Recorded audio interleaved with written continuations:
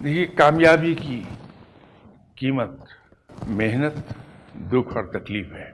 आदमी कामयाबी हासिल नहीं कर सकता जब तक कि उसकी कीमत अदा न कर दे। इसकी अगर सही डेफिनेशन देखी जाए तो कामयाबी आपके अपने ऑब्जेक्टिव्स के पूरे हो जाने का नाम है।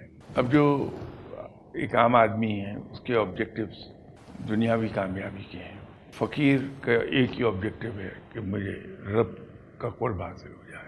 तो दोनों ही अपने अपने रंग में उसकी कीमत अदा करते हैं। फ़र्क ये है, रिएक्शंस आपने पूछा, तो मैं दुनियादार आदमी हूँ। मेरा जब मुझे दुख और तकलीफ आएगी, या तो मैं डिटरमिन्ड आदमी हूँ और मैंने फोकस किया हुआ है अपने ऑब्जेक्टिव पे, तो मैं उसको इग्नोर कर दूंगा दुख। फकीर चूँकि रब पे भरोसा रखता है 100%, और वो ये समझता है हर वो चीज़ जिससे मैं गुजर रहा हूँ, चाहे वो कामयाबी है, नाकामी है, दुख है या सुख है, ठीक सर, तंगदस्ती है या खुशहाली है, ये सब मिन जानिब अल्लाह है। रब ताला आका है, मैं ग़ुलाम हूँ।